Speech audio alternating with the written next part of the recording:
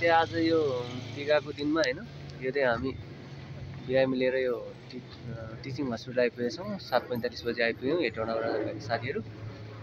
Teaching हस्पिटलमा चाहिँ साथीहरू अहिले चाहिँ हाम्रो लोकेसन त्रिभुवन विश्वविद्यालय शिक्षण अस्पतालमा छौँ। यहाँको अवस्था यस्तो पहिलाको भन्दा धेरै राम्रो भएको छ अहिले चाहिँ हैन, धेरै राम्रो बनाएर अहिले टिचिङ हस्पिटल पनि साथीहरू। पहिला चाहिँ कस्तो देखाएको थियो, अहिले धेरै राम्रो बनाएर चाहिँ साथीहरूलाई हेर्नुहोस् बाल रोग आश्रम सेवा गणेश मानसिंह र हेर्नुहोस् यस्तो है साथीहरू। यो टिचिङ हस्पिटल साथीहरू हामी आइपुगेका छौँ 7:45 हेटौँडाबाट। 3 घन्टा लाग्यो त साथीहरू। हेटौँडा अलिकति छिटै आउँदा पनि 3 घन्टा लाग्यो साथीहरू।